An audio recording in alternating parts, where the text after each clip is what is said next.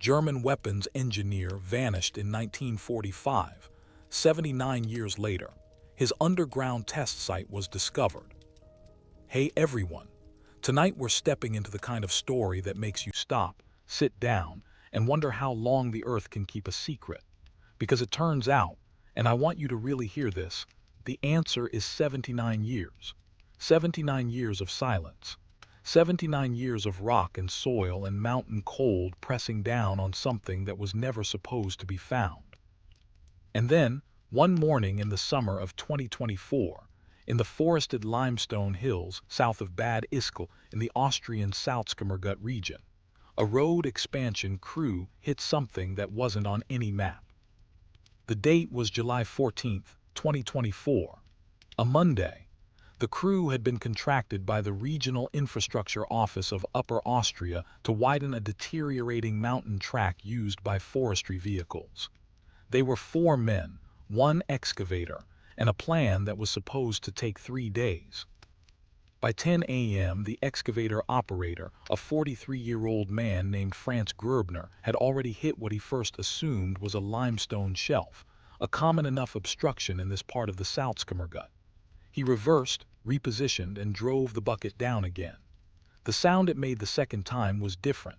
Not the dense, wet crack of natural rock. Something hollow, something built. Gröbner stopped the machine. He climbed down and walked to the cut. He crouched low and looked at what the excavator had exposed.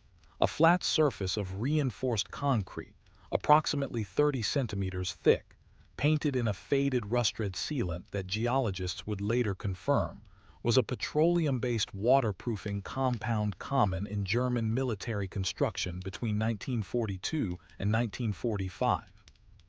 Running along one edge of the slab was a steel I-beam, standard Wehrmacht construction gauge, heavily corroded but structurally intact.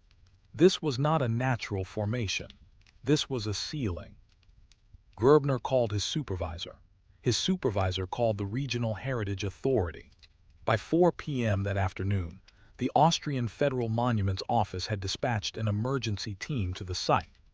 By the following morning, July 15th, Dr. Louisa Brandt of the Institute for Contemporary History at the University of Vienna was standing at the lip of the exposed concrete, running her gloved hand across the surface, reading what the construction crew couldn't.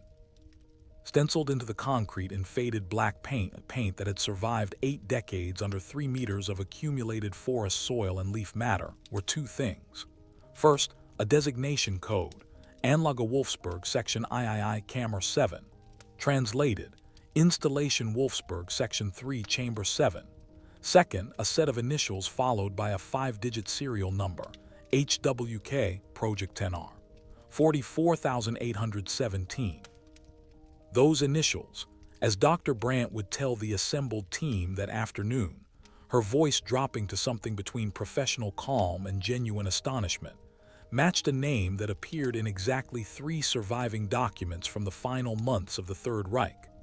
Documents that the Austrian State Archives had catalogued, filed, and largely forgotten about since 1952. The name was Dr. Heinrich Wilhelm Kessler. And according to the official record of the German Wehrmacht, filed on May 3, 1945, and confirmed by the Allied Control Commission in the autumn of that same year, Dr. Heinrich Wilhelm Kessler had been killed in action near Berchtesgaden during the Allied advance in late April 1945. His body, according to that record, was never recovered. The file was closed. The man was declared dead. And for 79 years, that was the end of the story. But Anlage Wolfsburg, buried, sealed, forgotten under the forest floor of the Austrian Alps, tells a completely different story. And the evidence that investigators would pull from its chambers over the following 5 months would force historians, archivists, and forensic analysts to rewrite everything they thought they knew about what Heinrich Kessler did in the final weeks of the Second World War, and more disturbingly, what he did in the decades that followed. If you want to see what investigators found when they broke open those sealed chambers, and trust me, what's inside will change the way you understand the final chapter of the Third Reich. Hit the like button, subscribe to this channel, and drop a comment below telling me where in the world you're watching from and what time it is right now. We have people watching from every continent, and together tonight, we're going to travel from the limestone hills of Austria to the back streets of Buenos Aires, following the trail of a man who may have been one of the most methodically brilliant and morally catastrophic figures of the 20th century. Let's go. To understand what was buried beneath that Austrian forest, you need to understand the man who built it. And to understand the man, you need to go back to Stuttgart, Germany, in the year 1908. Heinrich Wilhelm Kessler was born on February 19, 1908, the second son of a civil engineer named Rolf Kessler and his wife, Marta, née Bauer. Stuttgart in the early 20th century was the industrial heartland of Württemberg, a city of precision manufacturing, mechanical ingenuity, and technical ambition. The Kessler household was one of books, blueprints, and the quiet religion of the engineering mind. Rolf Kessler worked for the city's municipal engineering office and brought home problems the way other fathers brought home bread, and expected his sons to help solve them. Heinrich was, by every account from teachers and family friends recorded in post-war testimony files at the Stuttgart City Archive, an exceptional student, not warmly brilliant in the way that draws admiration, not the kind of boy who charmed his professors. He was cold brilliant, precise. He excelled at mathematics and physics with a clinical detachment that unnerved some teachers and electrified others. His secondary school records, recovered from the Stuttgart Staatsarchiv in 1998, show that by the age of 15, he was completing university-level calculus problems in the margins of his ordinary coursework. By 17, he had written a 12-page technical analysis of thermodynamic efficiency in piston compression engines, an analysis that his physics teacher forwarded to the Technische Hochschule Stuttgart, with a note describing the student as a mind that will either build something extraordinary or destroy something catastrophic. In 1927, at the age of 19, Kessler enrolled at the Technische Hochschule Stuttgart, today the University of Stuttgart, to study mechanical and aerospace engineering. He graduated in 1932 with the highest honors in his cohort and immediately enrolled in a doctoral program at the same institution. His doctoral dissertation, completed in 1935, was titled Über die Anwendung pulsierender Verbrennungsreaktionen in unterirdischen Druckregimen, loosely translated as on the application of pulsating combustion reactions in underground pressure chambers. It was, in practical terms, a theoretical framework for underground explosive propulsion testing, and it was immediately classified by the Reich War Ministry upon its submission for academic publication. That classification notice arrived on Kessler's desk in the spring of 1935, along with an invitation that changed everything. The invitation came from the Army Weapons Office, the Heereswaffenamt, and was signed by a department chief named Colonel Ernst Lieb. It requested that Dr. Kessler report to Berlin for a 3-day consultation regarding certain technical matters of national importance. Kessler, who had been considering an academic post at the University of Göttingen, accepted the invitation within 24 hours. He never returned to academic life. Between 1935 and 1939, Kessler worked within the Army Weapons Office's Experimental Propulsion Division, designated Department E7, at the proving grounds near Kummersdorf, south of Berlin.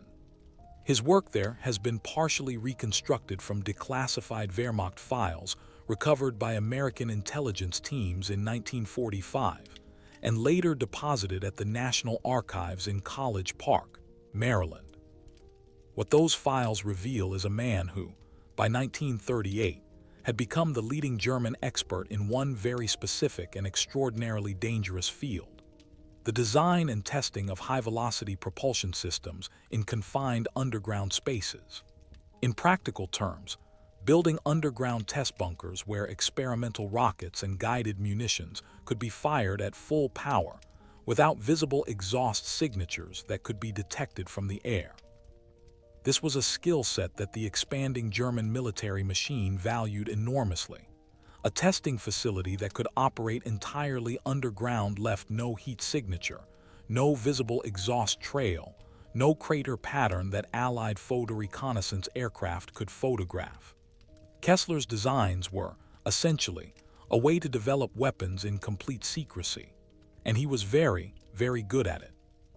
By 1940, following the fall of France and the reorganization of the German war effort, Kessler had been transferred to a new joint command structure under SS Obergruppenführer Hans Kammler, the same Kammler who oversaw the construction of Auschwitz and who, by 1943, had become the Reich's primary authority on underground industrial construction. Kessler's rank within the SS Technical Corps was SS Sturmbannführer, equivalent to a major, though his function was entirely technical rather than operational. He wore the uniform because the program demanded it. His colleagues from the period, interviewed after the war, are consistent on one point. Kessler was not ideologically invested in National Socialism. He was invested in the problem. He was invested in making things work. That distinction matters, and it will become the moral fulcrum of everything that follows. By 1942, Kessler was overseeing not one but 4 separate underground test installations across Germany and occupied Austria. The most significant of these, designated Anlage Wolfsburg, was a facility carved into the limestone karst beneath the Salzkammergut Mountains, approximately 14 kilometers south of Bad Ischl. The site had been chosen for 4 reasons. First, the limestone karst formation of the region was ideal for tunneling. The rock was dense enough for structural stability, but porous enough to allow for natural ventilation pathways that could be exploited for exhaust management. Second, the remote mountain terrain provided natural concealment from Allied air reconnaissance. Third, the existing network of salt mining tunnels in the region provided cover for the transportation of construction materials and personnel.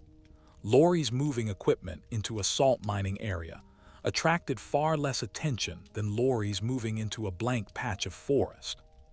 Fourth, and perhaps most significantly, the proximity to the Altasee salt mine, which was being used as a storage facility for looted art and valuables, provided Kessler with a network of trustworthy administrative contacts and logistical infrastructure that he would later repurpose for something else entirely. Kessler's personal situation during these years was defined by a tragedy that colleagues and surviving administrative staff would later describe as the turning point in his character. In the summer of 1943, his wife Elsa née Hoffmann married 1936, and their 2 daughters, Clara, aged 5, and Ingrid, aged 3, were killed during the Allied bombing of Hamburg on the night of July 27, 1943.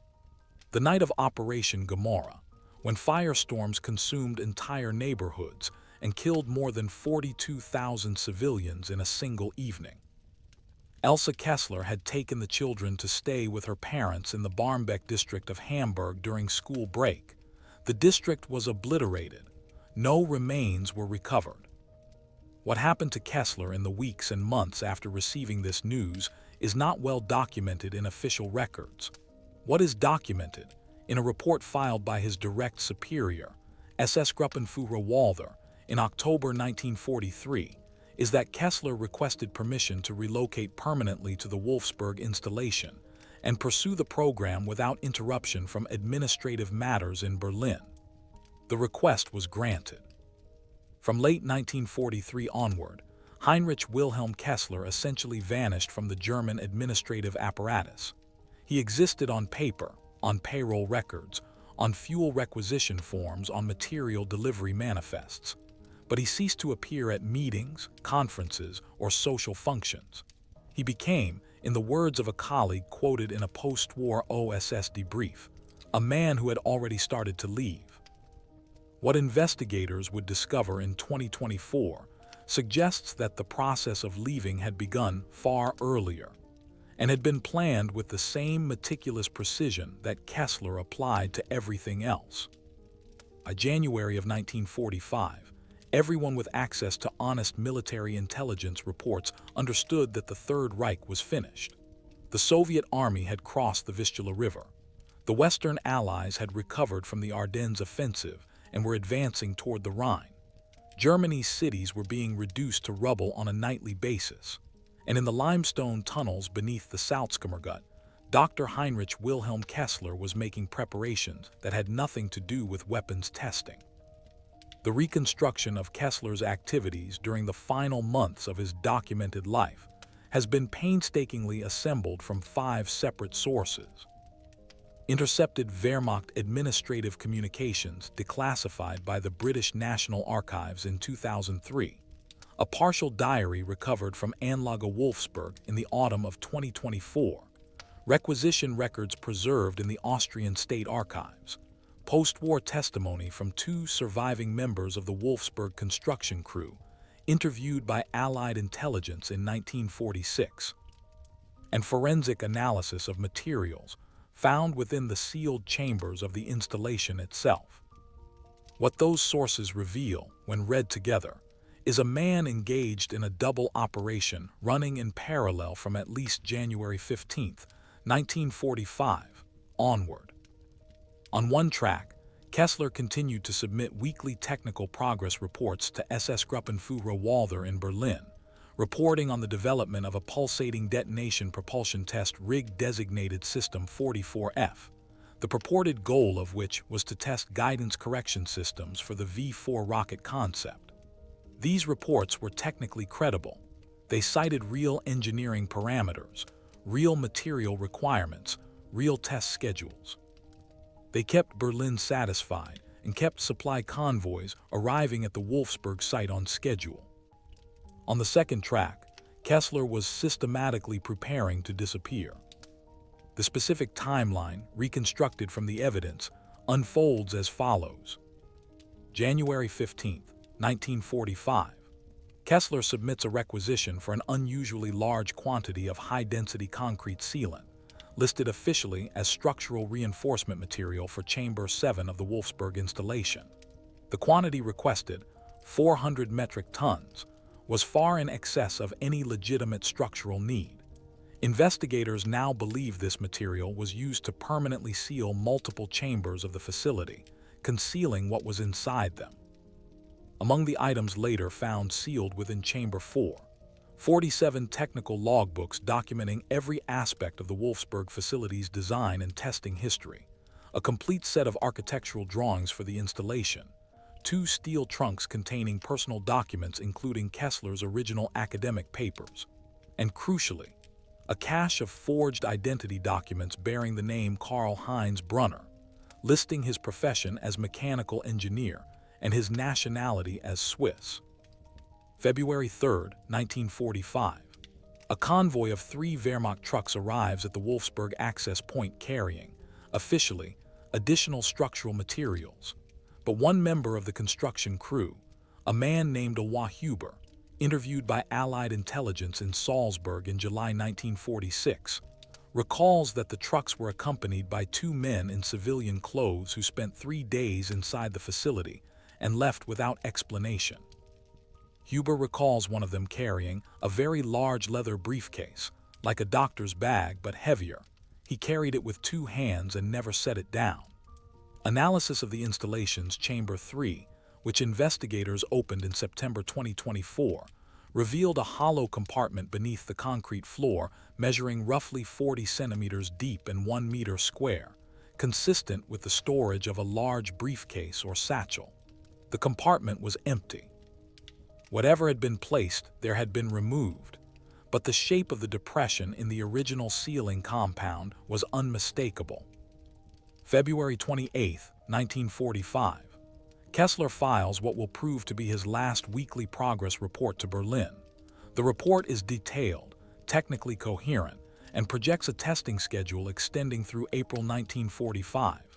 It is, investigators believe, written specifically to ensure that no oversight visit is dispatched to Wolfsburg for at least 6 weeks, enough time, as events would show, to complete the disappearance. March 12, 1945. the second-to-last documented record of Kessler's physical presence at Wolfsburg, a fuel requisition signed in his own hand at the facility's administrative office. The signature is confirmed authentic by handwriting analysis conducted at the Austrian Criminal Investigation Office in Vienna in November 2024. March 20, 1945. The last documented record of Kessler at Wolfsburg, a brief entry in the site duty log, noting that Projectleiter Kessler conducted final inspection of Section III ceiling work. Section III declared closed. The entry is signed by a facility guard named Corporal Weber, who was killed in action near Linz in late April 1945 and thus never interviewed. Between March 20th and April 28th, the date on which the Wehrmacht administrative record states that Kessler was killed in action near Berchtesgaden, there is a complete void in the official documentation. No fuel requisitions, no progress reports, no duty log entries, no supply manifests. For 39 days, the man who had produced meticulous weekly paperwork without interruption for more than 2 years simply produces nothing at all. The official account of his death, filed by an SS administrative officer named Hauptsturmführer Dieter Frenzel on May 3, 1945, states only that Kessler fell during the defense of the Alpine Redoubt approaches near Berchtesgaden on or about April 28, 1945, under circumstances that prevented recovery of remains. Investigators from the Allied Control Commission interviewed Frenzel in the autumn of 1945. His testimony was brief and vague. He could not produce any witnesses to Kessler's death. He could not produce a unit designation for the forces Kessler was allegedly fighting with. He attributed this to the chaos of the final collapse. The commission accepted his account. The files were overflowing with unverifiable final days deaths, stamped the paperwork, and moved on. But here is what the evidence actually shows. A road maintenance worker in the small town of Straubel on the western shore of the Wolfgangsee Lake later told his son, whose testimony was recorded by an Austrian oral history project in 1989 and rediscovered in 2022, that in late March of 1945, he observed a man fitting Kessler's general description: tall, thin, dark-haired, approximately mid-30s, waiting outside the post office in Straubel at approximately 7 a.m. The man was carrying a large rucksack and a smaller leather bag. He did not appear to be a soldier. He was wearing civilian clothes of high quality. He entered the post office when it opened and spent approximately 20 minutes inside. The road worker, whose name was Ernst Praxmerer, thought nothing of it at the time. He mentioned it decades later only because the man had left an impression of extraordinary stillness, like a man waiting for a train he had been planning to catch for a very long time. In December 2024, investigators from the University of Vienna's Institute for Contemporary History cross-referenced the Straubel post office records from March and April 1945, records that had survived in the Lower Austrian Provincial Archive because the building was never bombed, and found a registered mail receipt issued on March 23, 1945. The receipt was for a parcel sent to an address in Lugano, Switzerland. The sender's name on the receipt, K.H. Brunner, the name on the forged identity documents found sealed in Chamber 4 of Anlage Wolfsburg. Kessler was not running, he was walking, calmly, methodically, and very deliberately toward a life he had been building for years. The Wolfsburg site investigation, formally designated Archive Project Wolfsburg by the Austrian Federal Monuments Office, began on July 16, 2024, the morning after the initial discovery, and would ultimately involve 17 institutions across 6 countries. What investigators found in the 5 months that followed represents one of the most significant archaeological and historical discoveries in post-war European history. The initial challenge was structural.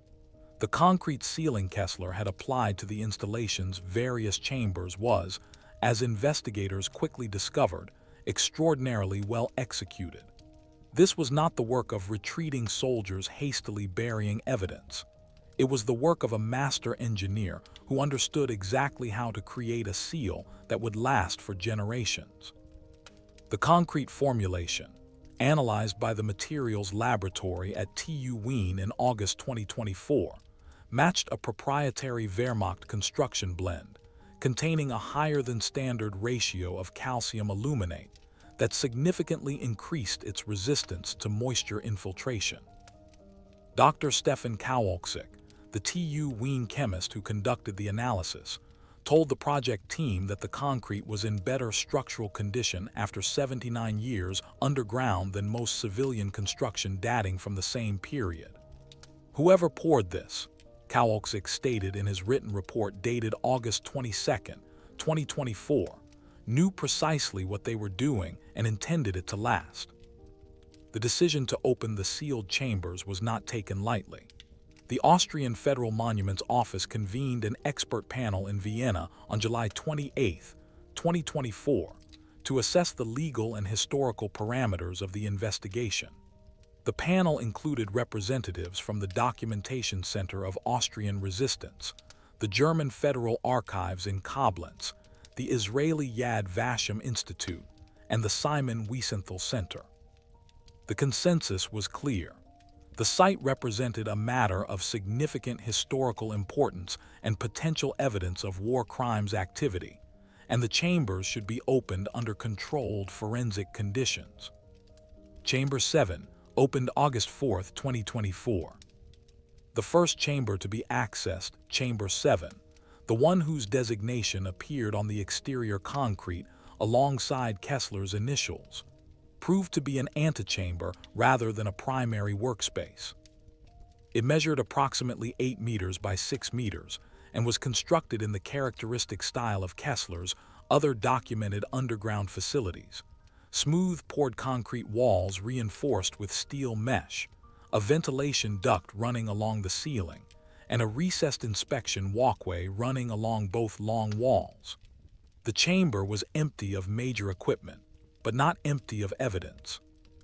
Along the western wall, investigators found a steel equipment rack, bolted directly to the concrete, containing 47 logbooks in a condition that forensic conservators from the Kunsthistorisches Museum in Vienna described as almost implausibly well preserved. The logbooks were bound in standard Wehrmacht green canvas covers and numbered sequentially from 1 to 47. The first 31 were technical in nature, detailed records of propulsion tests, material specifications, pressure readings, engineering calculations. Logbooks 32 through 45 contained what appeared to be construction records for phases of the Wolfsburg installation itself, including materials lists, labor records, and structural specifications. The final 2 logbooks, numbers 46 and 47, were different. They were written in a smaller, more compressed handwriting than the technical logs, and their content was personal. They were a diary, Kessler's diary. The diary logbooks were immediately transferred to the Austrian State Archives and placed under controlled atmospheric conditions for stabilization before examination. The first full transcription was completed by October 7, 2024, and it was the diary that cracked the case wide open. The entries in Logbook 46 begin on September 14, 1943, approximately 7 weeks after the death of Kessler's wife and daughters in Hamburg, and the opening entry reads in the translation provided by the Austrian State Archives translation team: "They are gone, all 3 of them. I have received the confirmation from Hamburg. There is nothing left of the life I thought I was building. There is only the work. And the work, I have decided, will serve only one final purpose from this day forward: my own survival. I owe nothing more to anyone." This single entry establishes what investigators had theorized, but could not previously prove: that Kessler's escape was not an improvised response to Germany's military collapse. It was a decision made in September 1943, following the death of his family, and executed over the course of nearly 2 years with the patience and precision of a man who was, above all else, an engineer. He designed his disappearance the same way he designed his test facilities: methodically, from first principles, with every contingency accounted for. Chamber 4 opened August 19, 2024. The second chamber opened by the investigation team was, as the logbooks had indicated, a sealed archive room.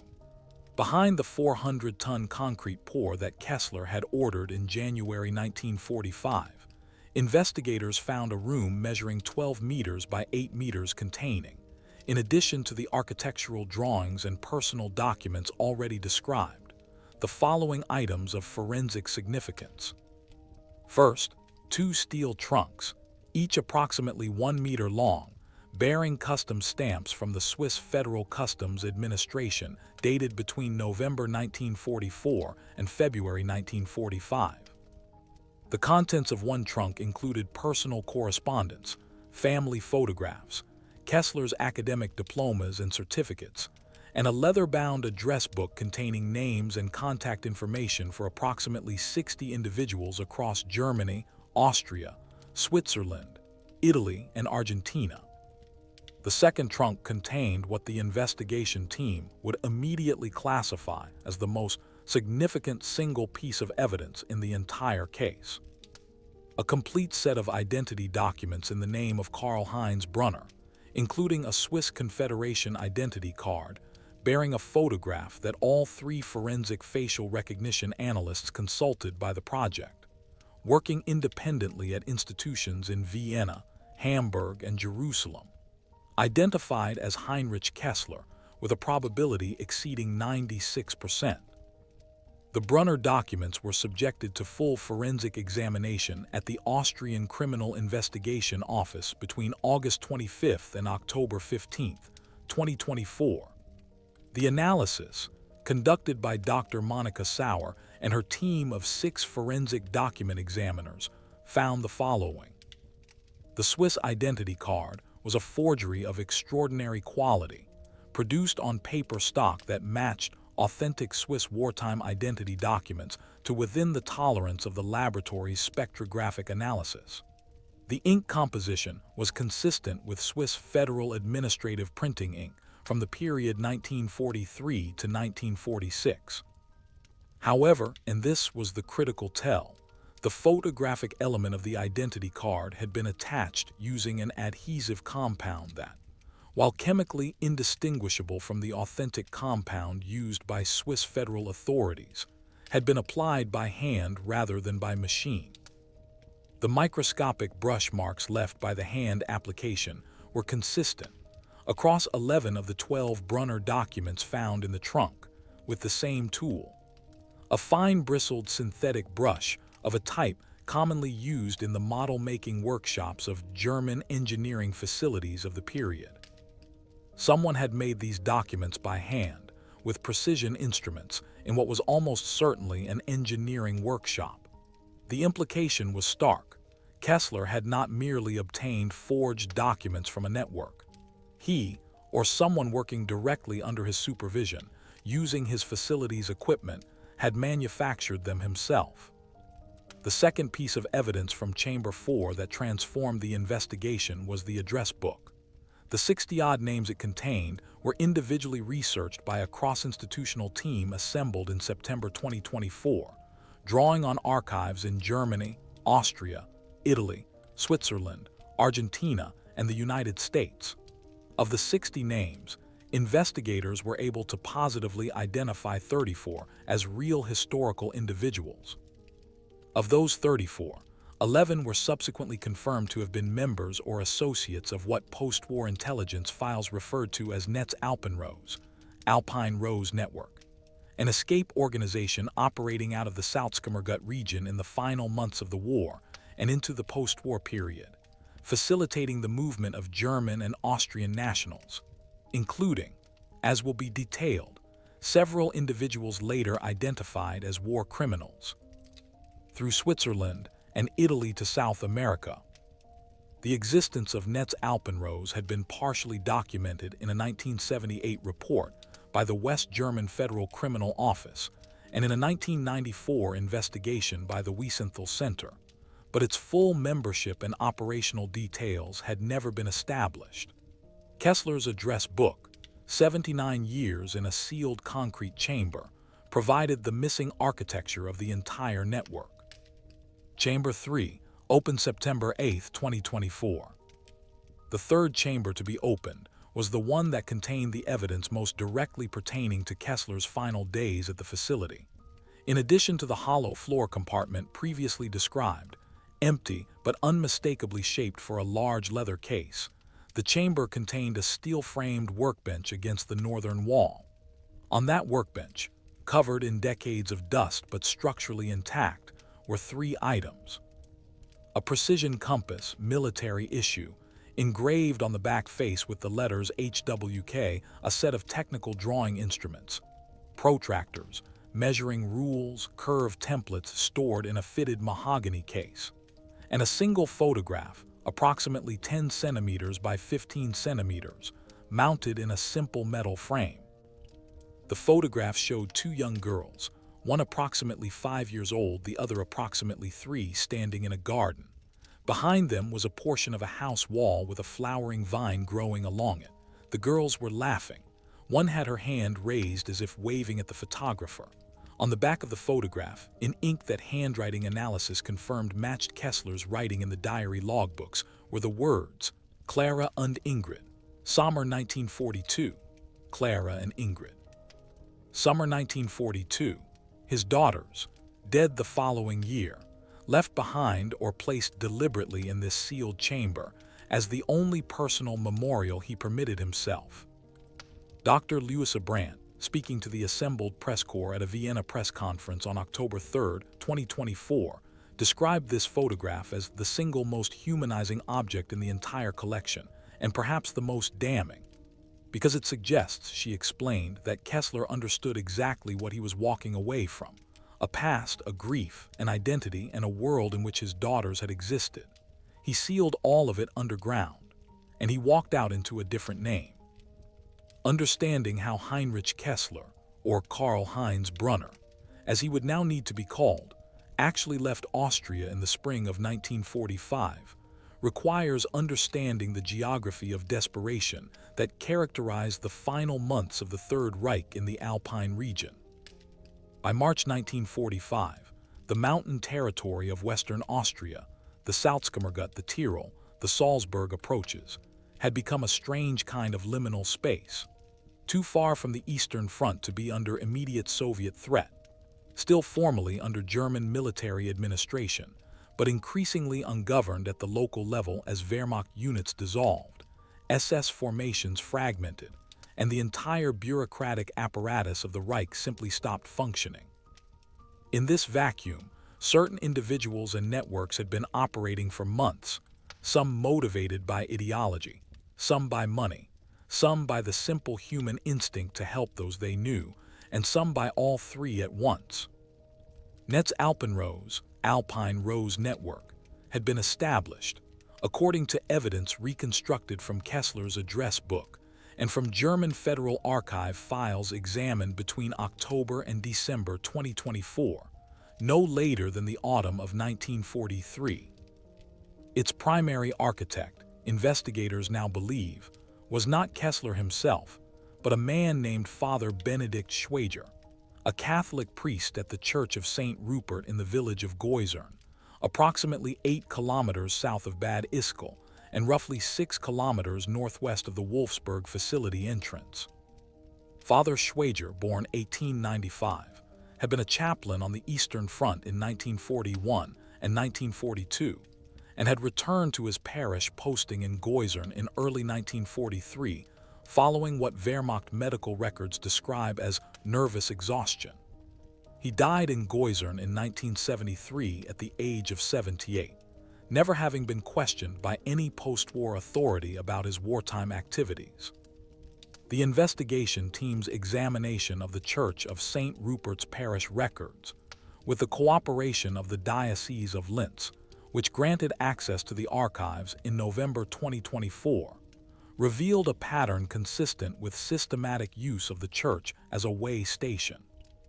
Between January and May 1945, the parish records show a sudden and anomalous spike in registered temporary residents, people formally registered as staying in the parish for charitable or medical reasons. 41 individuals are listed in this period, compared with an average of 4 to 6 in any comparable pre-1943 period. Cross-referencing these names against available German, Austrian, and Allied post-war records identified 15 of the 41 as German nationals, who subsequently reappeared in South America under different names. Among them were 2 individuals later identified by the Simon Wiesenthal Center as having held positions in SS administrative units responsible for concentration camp operations.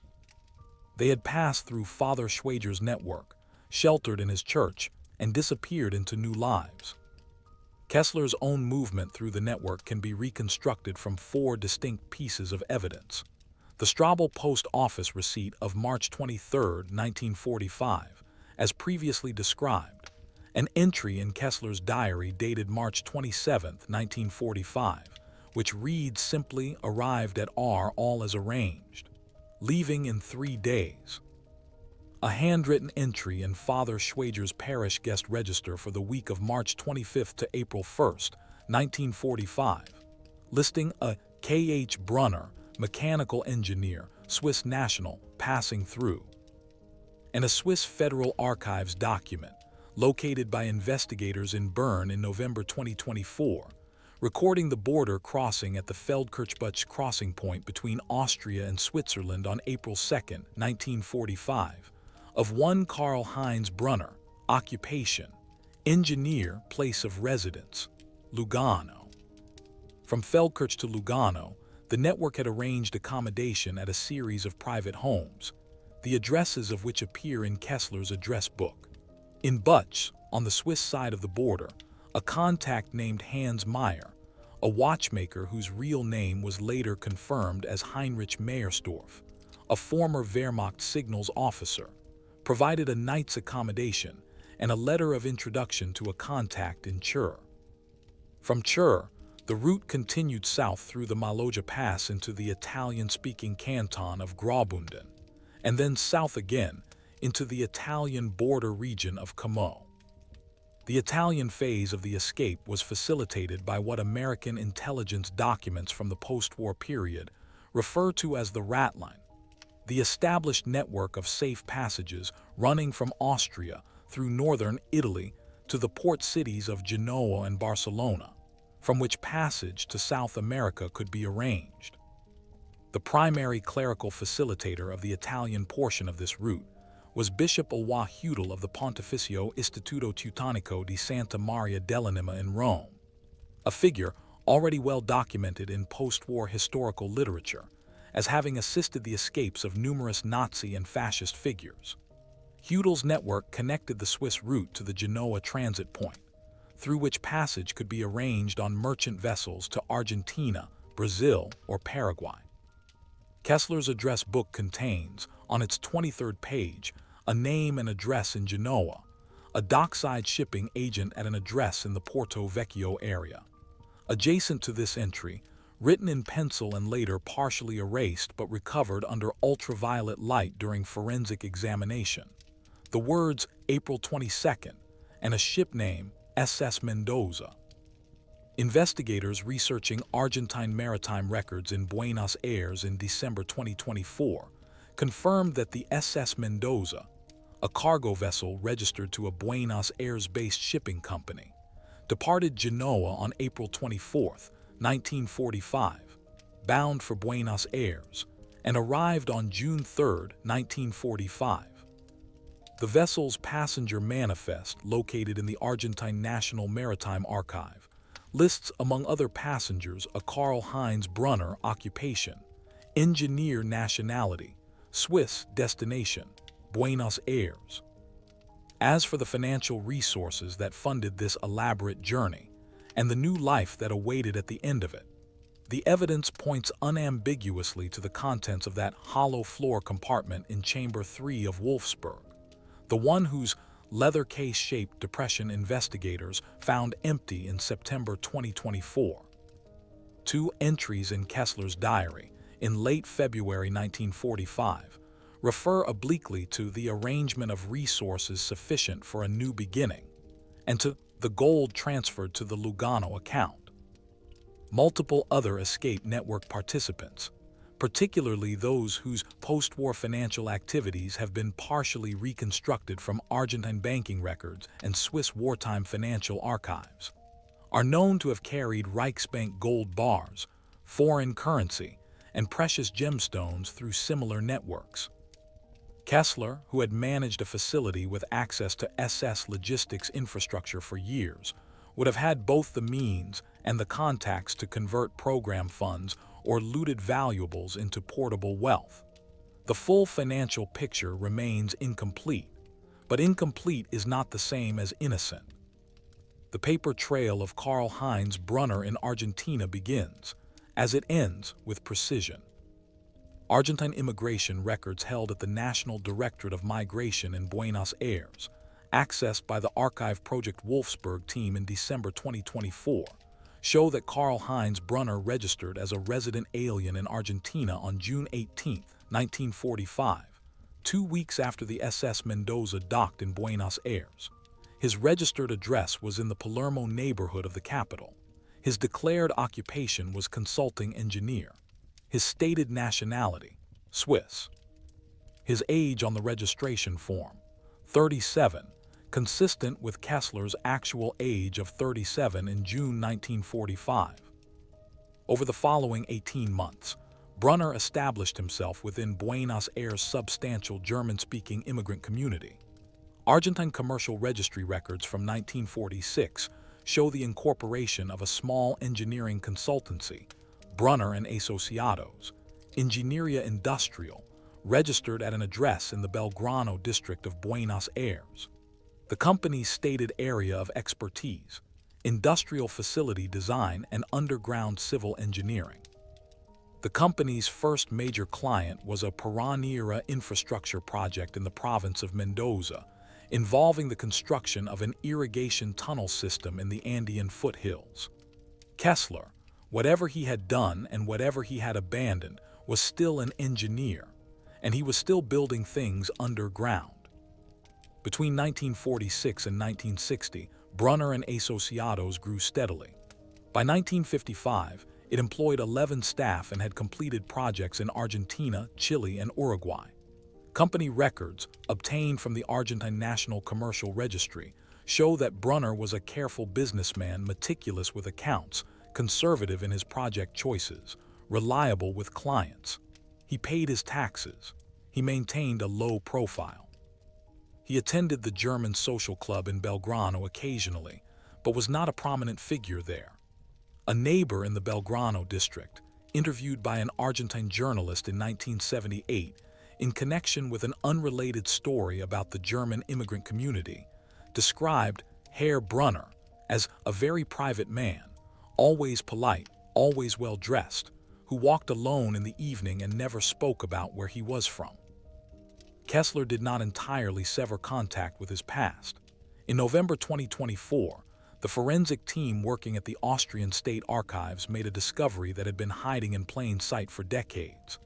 Among the papers in the personal estate of Kessler's younger brother, Georg Kessler, who survived the war, continued to live in Stuttgart, and died in 1988, was a collection of letters. 37 letters, spanning the years 1947 to 1971. The return address on the envelopes was consistently a post office box in Montevideo, Uruguay, one city removed from Buenos Aires, providing an additional layer of insulation. The letters contained no explicit identification of the sender, no name, no, it is I, Heinrich, but they contained enough. The handwriting was identified by the Austrian Criminal Investigation Office's Forensic Document Laboratory as matching Kessler's writing in the Wolfsburg diary logbooks, with a certainty of 98.3%. The letters made oblique references to shared family memories, a summer holiday the brothers had taken together in Bavaria in 1929, a quarrel they had witnessed between their parents in 1933, the precise location of a tin box of toy soldiers that the young Heinrich had buried in the family garden on a day that Georg had described in his own diary. These were things that could only be known to Heinrich Kessler. The man in Belgrano was writing to his brother. And his brother, by keeping the letters for 40 years and including them in a personal estate that eventually passed to a nephew who donated the entire collection to the Stuttgart City Archive in 1991, had preserved the proof. The letters are remarkable documents. They contain no confession, no expression of guilt, no accounting for the moral catastrophe in which Kessler had been a participant. They are the letters of a man who has quarantined his past entirely and is simply maintaining, at long distance, the one human relationship that still connected him to the person he used to be. The final letter in the collection, dated November 3, 1971, is also the most emotionally revealing. It reads in its entirety, "I am getting old. My work here is done and I have no complaint about how it has gone. I think about Clara and Ingrid every day. I have never stopped. I want you to know that. Whatever else I have done, whatever else may be said of me, I never forgot them for a single day. I will not write again after this one. It is better that way now. Your Heinrich." Investigators believe that Kessler, living under the Brunner identity, died in Buenos Aires sometime between 1972 and 1978. Argentine civil registry records for the Belgrano district show the death of a Karl-Heinz Brunner, age listed as approximately 68, cause of death, cardiac arrest, registered on March 7, 1976.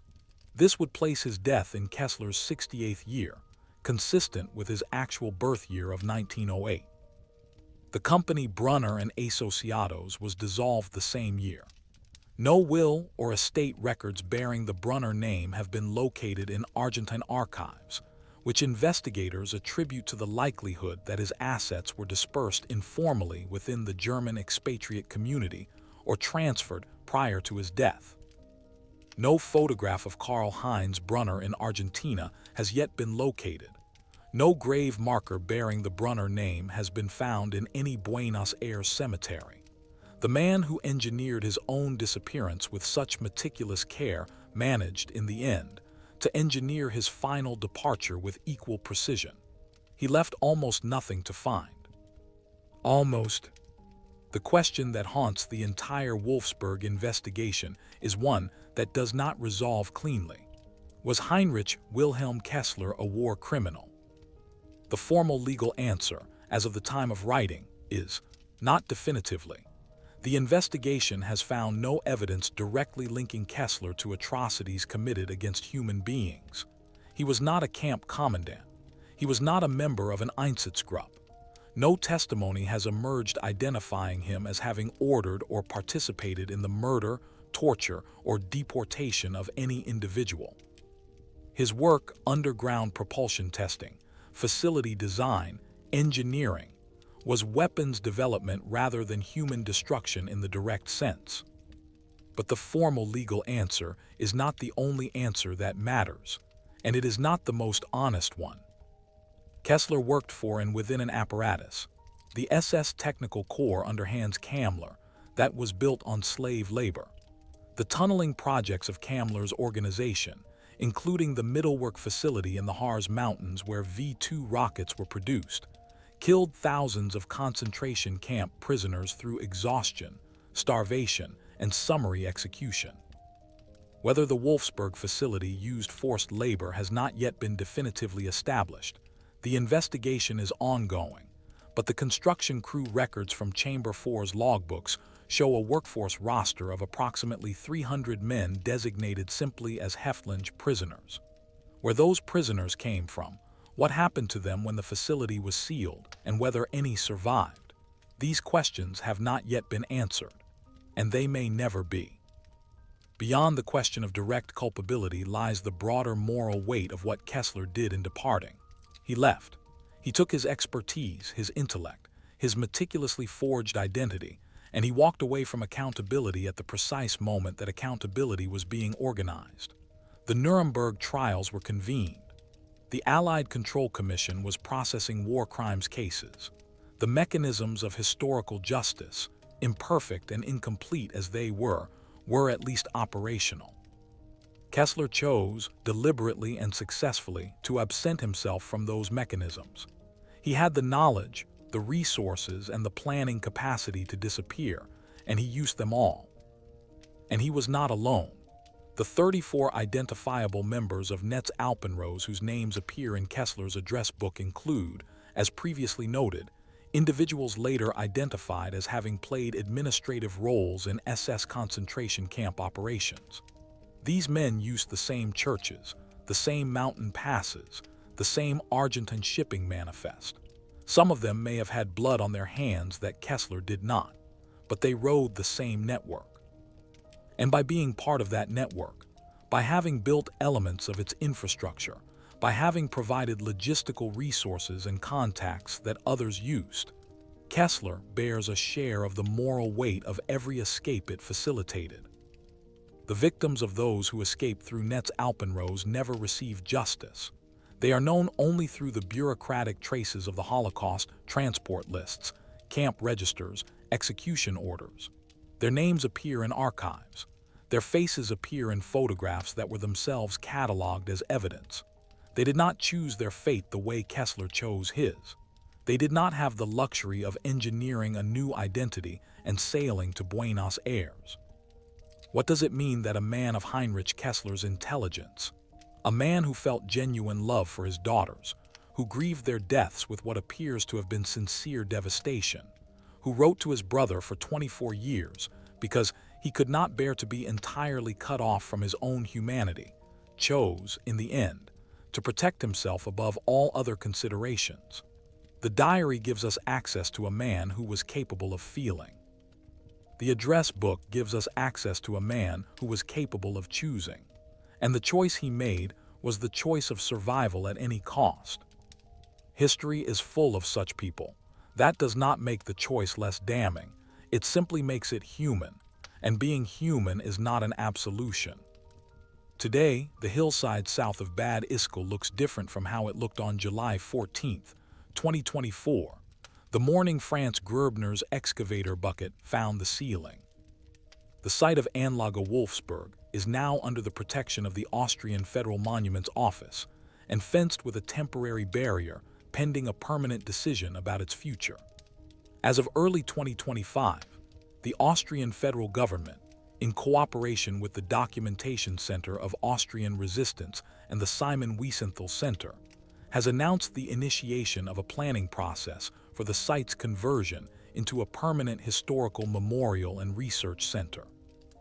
The concrete seals of the remaining unopened chambers, there are believed to be at least 4 more, will be opened under forensic conditions over the coming years. The work continues. On a cold morning in December 2024, Dr. Louisa Brandt stood at the entrance to Chamber 7, now properly excavated, stabilized, and lit with forensic lighting, and looked at the equipment rack where the 47 logbooks had stood for 79 years. She had spent 5 months with the contents of this facility. She had read every page of Kessler's diary. She had held the photograph of Clara and Ingrid. She had traced the escape route through 6 countries, across 8 decades of fragmented, faded, and deliberately obscured records. In a recorded interview conducted for the Austrian Broadcasting Corporation on December 12, 2024, she said the following: "What strikes me most when I stand in here is the silence. Kessler sealed this place with extraordinary care. He sealed the evidence of his work, the record of his planning, the photograph of his children. He put it all underground and walked away. He understood that the earth would keep his secret, and for 79 years it did. The question we have to ask is not just what he was hiding. It's why he chose to hide it here, in a place so carefully preserved, rather than destroying it. And I think the answer is that some part of him, some small, irreducible part, wanted it to be found. Wanted someone, eventually, to know what had really happened. That interpretation is, of course, speculation. But it is not unfounded speculation. Kessler was a man who spent his professional life designing systems meant to last. He knew, better than almost anyone, how to make something disappear permanently. And he chose, in the end, not to. The logbooks remain, the photograph remains, the diary remains, the letters to Georg remain. They are the fossil record of a life lived in two halves, the half that was destroyed by fire and bombs on a July night in Hamburg in 1943, and the half that was built, deliberately and coldly, out of the rubble of everything that had been. There are, according to conservative estimates by historians working on the post-war escape networks, somewhere between 800 and 1,200 individuals who used similar routes through similar networks between 1944 and